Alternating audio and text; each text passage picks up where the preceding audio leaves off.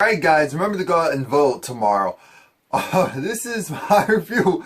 Love and Hip Hop Hollywood Season 3 Episode 13 Reunion Part 1. Thankfully, I think it's only going to be 2 parts to this. Now, the first part, it starts off with Nikki Baby, Fizz, and Moniece. Nikki Baby, Fizz, and Moniece. Oh yeah, please like, comment, subscribe if I didn't say that right. My name's Romie. Nikki Baby and Fizz, they had this relationship this season, and we get through the whole fact of Moniece and him living together. Of course, he's saying, if I wanted to, I could have gone and live on my own. It's just I wanted to do something different for my son. I'm thinking doing something different for your son would have been you two trying to stay together and work it out in the first place. I see, that's my problem. I understand he was just probably trying to see if they could be mature enough at that stage in their lives to where they could live together and play house, and his son to experience both parents in the same house.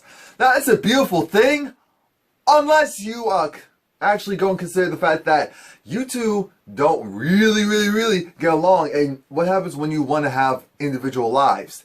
Like, that's the part where I'm looking at this like, man. And so, Fizz was really trying to play Nikki Baby. Nikki Baby, of course, is saying in this situation, it wasn't a realistic situation. She wasn't going to go and let it sweat. Well, let people see that it was affecting her, that she found out this information that this guy that she's supposed to be dating is actually still living with his baby mama. Now, and Nia's like, you know, if it were me, I wouldn't have done it. I'm thinking, Nia, Soldier Boy's isn't even here, so let's avoid all of that. And the thing is, Fizz is just like, well, you know, it is what it is. So-called dated, blah, blah, and the crowd's clapping for him. I'm looking at this like, alright, it's already going down here. I see where this is going. Nikki Baby became irritated. She looked pissed before the recording starts. So I don't know who said what to her, but she looked irritated before they even taped. And, press go. She starts to argue with the audience. She's like, shout, what y'all doing? I'm like, well, Nikki Baby, you don't go and mess with the audience. I'm trying to figure out why we still have a live studio audience. I don't know. But, because it does not add to the show. But, she starts to argue with this woman this heckler in the audience. I'm thinking, Nikki Baby, you rise above this stuff. You do not get muddled in the muck. That it is the foolishness that they're trying to get you to get muddled into. And so she's just like, well, you know, I make more money and make bigger moves than most of the people who are so-called musicians on this show. I don't care what it says. She is right. She is right. You notice how no one else had nothing to say except for Fizz. No one else had nothing to say because of Fizz. Ray J's doing other stuff besides music. A1 and Lyrica, we heard about their music once, and it was just a personal drama.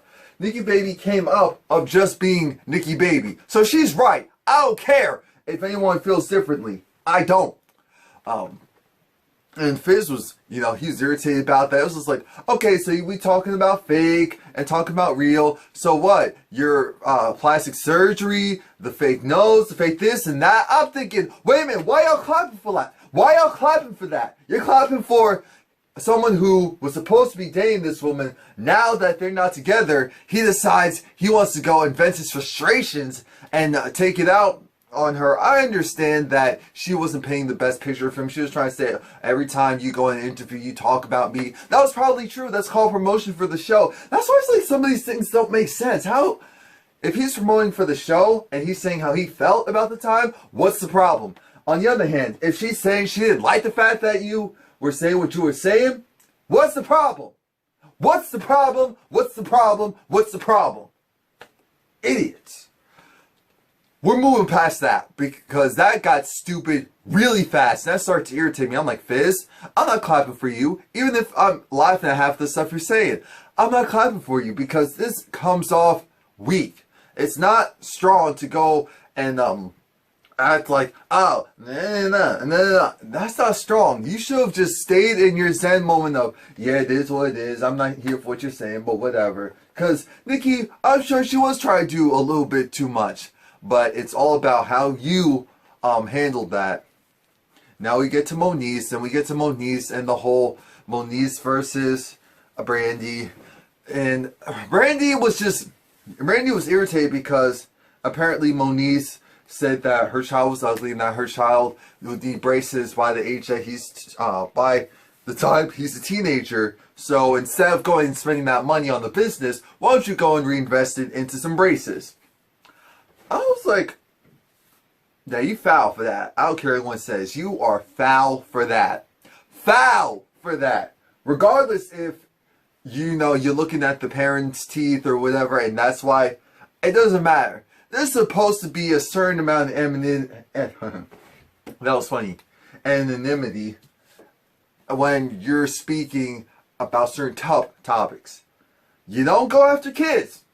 Especially little kids. This is not some 30-year-old that happens to be someone's child. This is like a 3-year-old. Like, who does? Come on, Moniece. You have a child.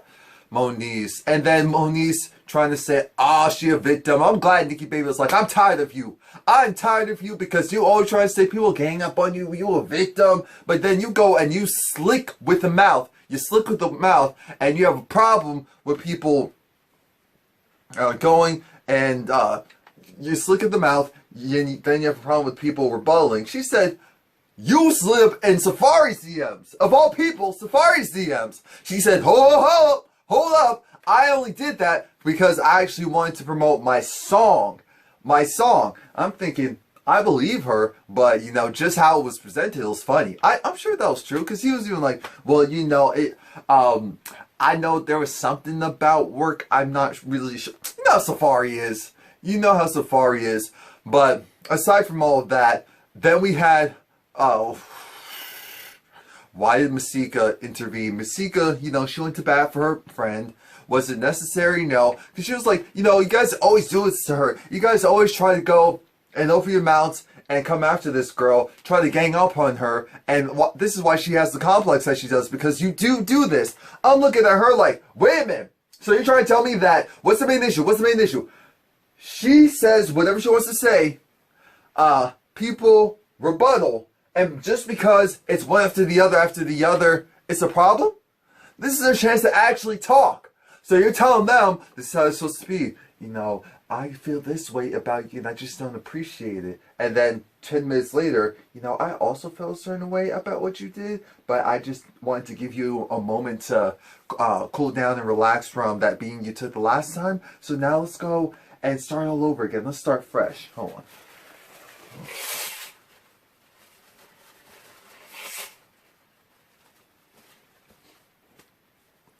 She's always act up during this damn video, but I'm tired of it. Moniece does what she does, and people have license to react the way they want to react. If she has license to vent her frustrations and do what she wants to do, then other people have the right to go and say, that's some bull, and here's why. And just because it's one after the other, if you're strong enough to be yapping mouth, you're strong enough to, Lord. But when Masika said wide mouth to Brandi, I was like, Jesus. Masika's good for the one-liners. I will give her that. She's good for the one-liners. And they were popping off at the mouth.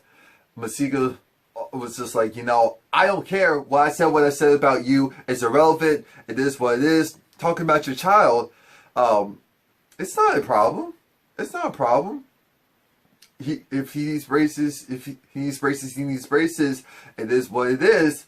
I'm thinking, okay, you guys, this whole maturity thing is a little bit too much. Nikki Baby's like, thank God they offer me now. Now I can enjoy the show again. Now I can enjoy the show again.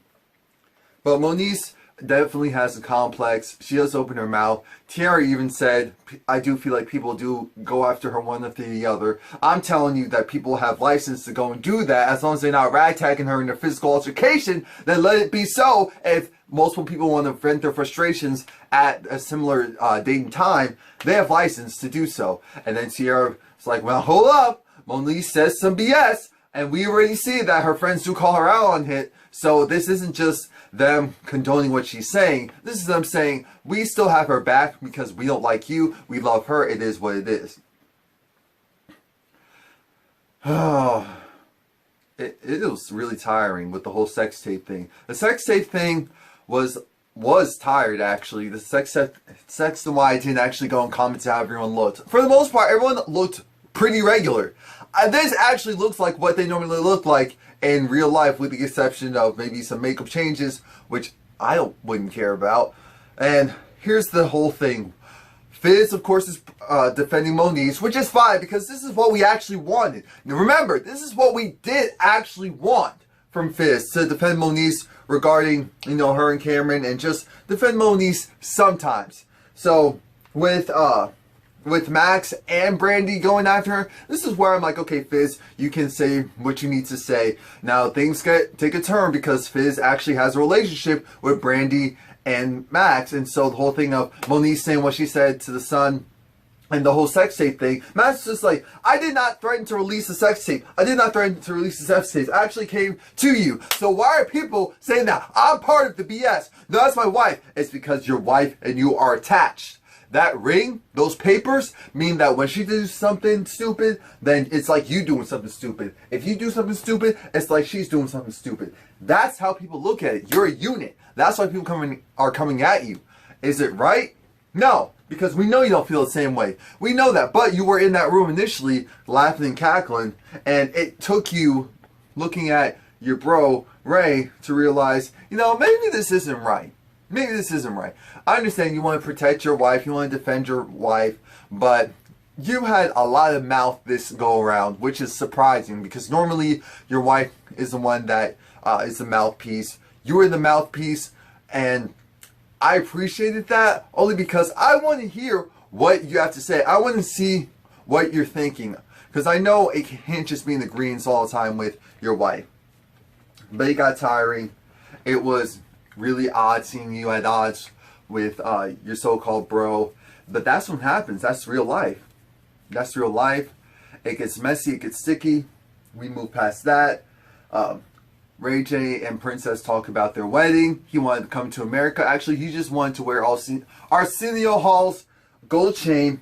That's all he wanted. He didn't really want a full coming to America theme, which made sense because at some point Princess says there was a giraffe. But Ray J did right by her in many ways, especially with getting her father there. And Princess was like, look, I actually do have a relationship with my father. We just don't talk that much. I'm like, wait, what? No. She said, we don't have problems, we just don't talk that much. I'm thinking, you have problems because how do you not talk that much to your father? You're his daughter. It's different. You should. That doesn't make sense. Like, come on. How dumb do you think we are? How dumb do you really think we are? And this is where we switch over to Mama Sonia coming on, and she lets it be known, you know, originally I didn't really know who Princess was. She was around the family for years. She's been with Ray J for years, but I didn't really know her. When I actually got a chance to finally, after years, talk to her mom and her grandmother, I realized that she's guarded for a reason. And so that's why she puts up that puts up those walls, and I respect that because I do the same thing. That's not what she said, but I'm sure that's what she wanted to say. Now, I felt like they should have kept Mom Sonia on there for longer because things wouldn't have turned out the way they did. But they even addressed the fact that Brandi was kicked out of the wedding. Ray J said no, because Brandi's like, you know, I'm the fixer of the family. I'm the fixer. I come in, I try to help out Ray J with that snakeskin. Anyway, I'm the fixer. Ray J said, we are one big happy family. That's all worked out. Don't worry about it. We are all good. We are all good. Apparently, Nikki baby, that was a real nice cleanup by Ray J. It was like, he's like, this is, that means that's an actual real relationship. And so he's trying to keep it cool, copacetic.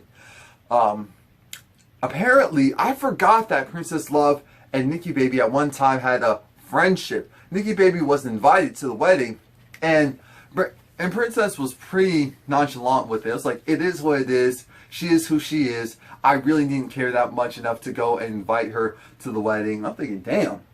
It's like, we haven't talked for 2 years. Nikki Baby was like, yeah, I didn't get no invite, but I didn't really care. It is what it is. I did try to go and see what's going on with her because she said that was being fake, that was being phony. And I sent her a text message. And Princess was like, no, you didn't go and reach out. I'm thinking, Princess. Do we really care? No. So we'll move on. in comes Safari. And Safari was definitely I'm not going to say life of the party, but he was the joke. Oh yeah, with the whole Jason Lee being there and saying how, it's his job to be a blogger, entertain, put things out there.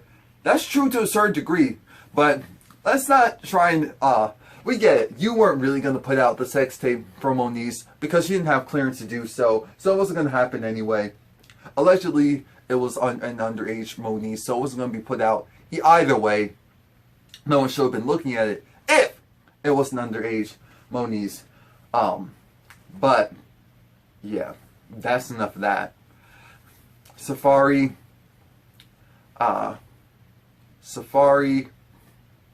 is interesting. Safari came on, and Safari's just saying how, he does have a thing for Nikki's, girls with big behinds, big personalities.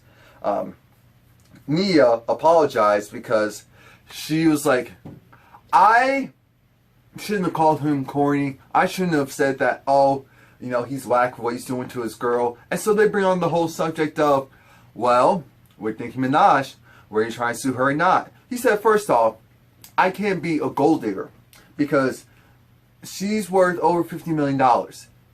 And I chose to leave her. Now, I do remember hearing that it was mainly him, and that's why Nikki was so upset. Well, not that he was leaving, but just the fact that it's like, damn it, man.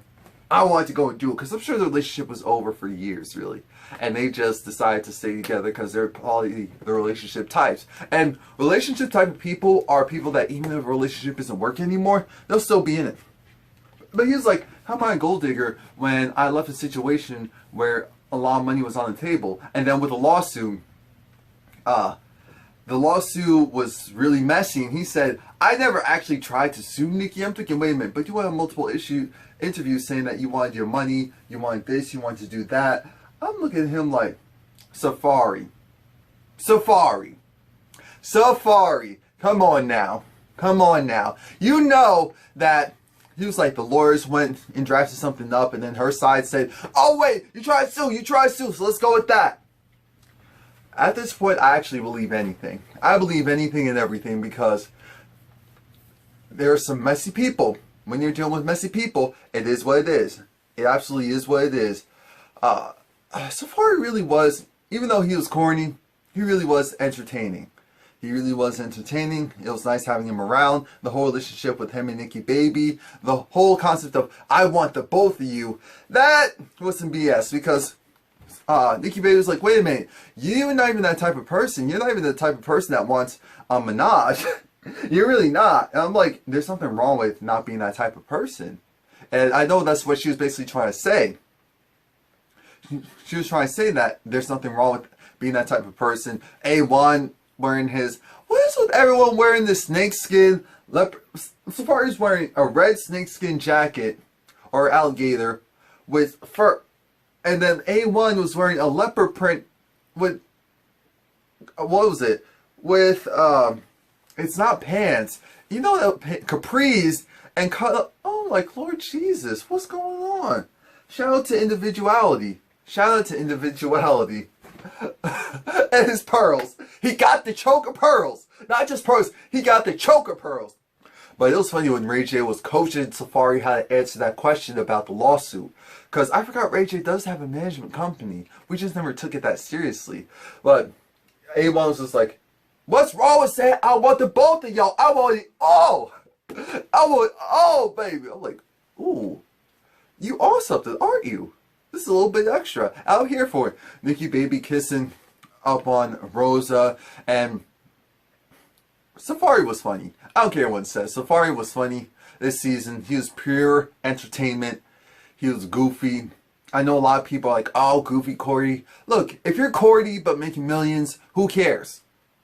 That's the truth of the matter. If you're Cordy but making millions, who cares? Correct me if I'm wrong, but did Willie ever talk once during this reunion? Now that I'm thinking about it, we heard Shonda do a light commentary, but I'm sure they have to save their voices because next week is when the reunion really picks up. The reunion started within the first 10 minutes with Nikki Baby being on the offense, which is weird. I'm like, damn, maybe Nikki Baby needs to get off this show because she's been feeling a lot of, we've never seen her act out like, I'm like, whoa. And as far as her actually like responding and getting irritated, and you know she's irritated, I'm like, wow, this is a lot. This is a lot. Maybe next season she'll be back to her old self. Maybe the issues with her family is why she's a little bit more rattled. Because she normally doesn't get rattled. She's usually the, you know, it is what it is. Whatever's going on, we all perfectly good.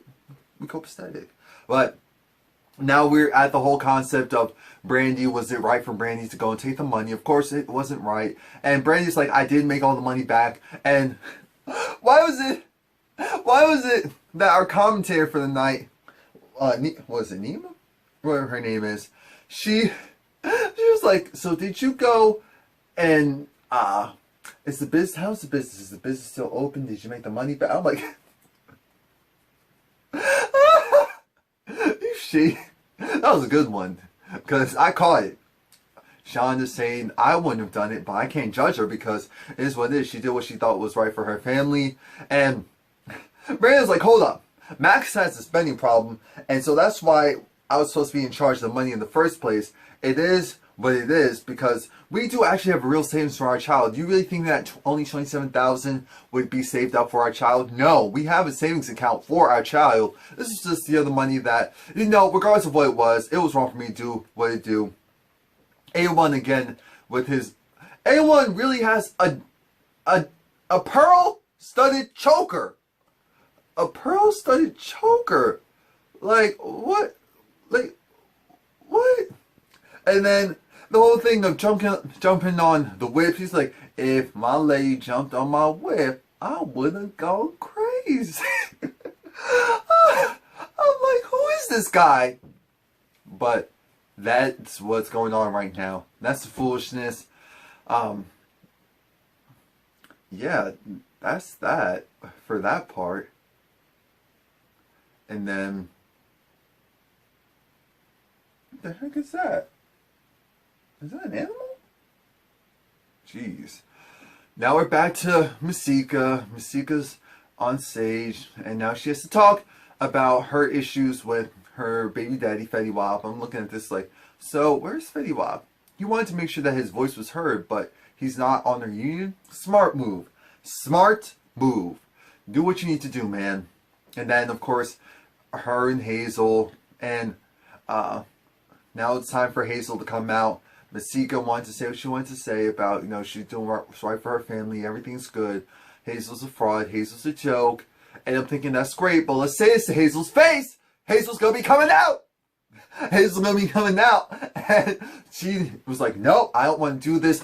When Hazel E threw her coat, her stole, her fur, I thought, wait a minute, did she just throw that at Safari? No, she threw it right across the Safari. Knew it was like, I know it's not hitting me, so I'm not concerned. I need to see where this foolishness is going. So that was it. Part 2 is definitely going to be better than Part 1. Please go out and vote. And also, oh yeah, let me go say it since I'm on camera. I did my Ancestry DNA test results, and I am 95% African. The other 5%, it's like 1% Asian something, 1% a couple other stuff, Great Britain, 1% whatever, which could be misnomers. So I accept the 95% African. That's all I care about. Nigerian, Ivory Coast. Please like, comment, subscribe. Go back.